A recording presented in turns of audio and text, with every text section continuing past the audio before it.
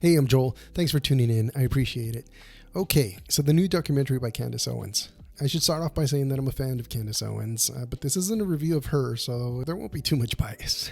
For those of you who haven't seen it, the documentary focuses on the event that was a catalyst for the riots that we experienced in 2020, the death of George Floyd. Now, there's a lot to unpack here, so bear with me. The film begins with the story of the death of George Floyd and a viral video that Candace posted about it. I'm not sure if that video was what helped Candace gain notoriety, but I know that that's when I first heard about her. In the video, Candace talks about how she doesn't agree with the way the media is portraying George Floyd, basically making him a martyr for the fight against police brutality towards white people. You see, George Floyd wasn't a saint. He had a past riddled with crime and drug use, which often go hand in hand. He'd been in and out of prison more than a few times, and there was this one incident.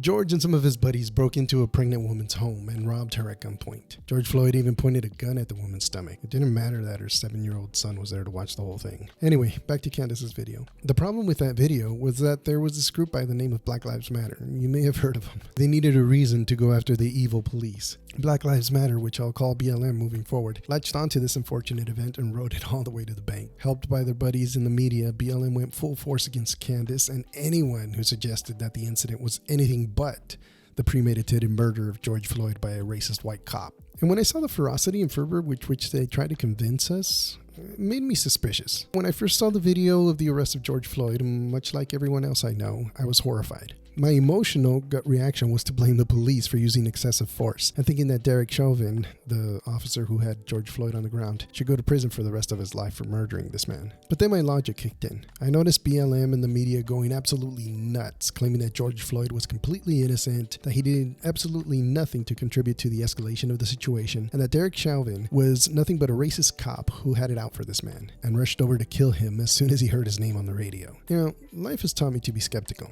especially when it comes to the media and the government. So I started to look into the event. I looked over at the mainstream media and they all pretty much said the same thing, that this was all systemic racism and murder. So then I looked at the other side of the coin. I found out how George Floyd had enough fentanyl in his system to kill multiple men, and about how the autopsy revealed that he didn't sustain any injuries which would have caused his death. I learned about how Derek Chauvin followed protocol, about the fact that he wasn't actually kneeling on George Floyd's neck, but rather on his shoulder. You can see in the video how George Floyd is lifting his head off the asphalt and moving it from side to side. If you're not aware of these facts, the documentary shows them all. I said it after the trial and I'll say it here. What happened to George Floyd was a tragedy, but what happened to Derek Chauvin was an even greater one. It was an extraordinary act of injustice. I believe that the jury felt that they had no choice but to convict Derek Chauvin or face the wrath of BLM and the media and the mob that they created. And I think that after you watch the documentary, you'll agree with me. Next, the documentary focuses on BLM, on, in my opinion, a group of the biggest cons we've seen in a long time. Documentary shows how they helped practically no one but themselves. They used the money that people donated to buy mansions and throw parties instead of having black lives as they purport to. They didn't help the black-owned businesses that were burned down during the riots. They didn't help the friends and family of George Floyd. They just used this man's death to make themselves rich and famous. Again,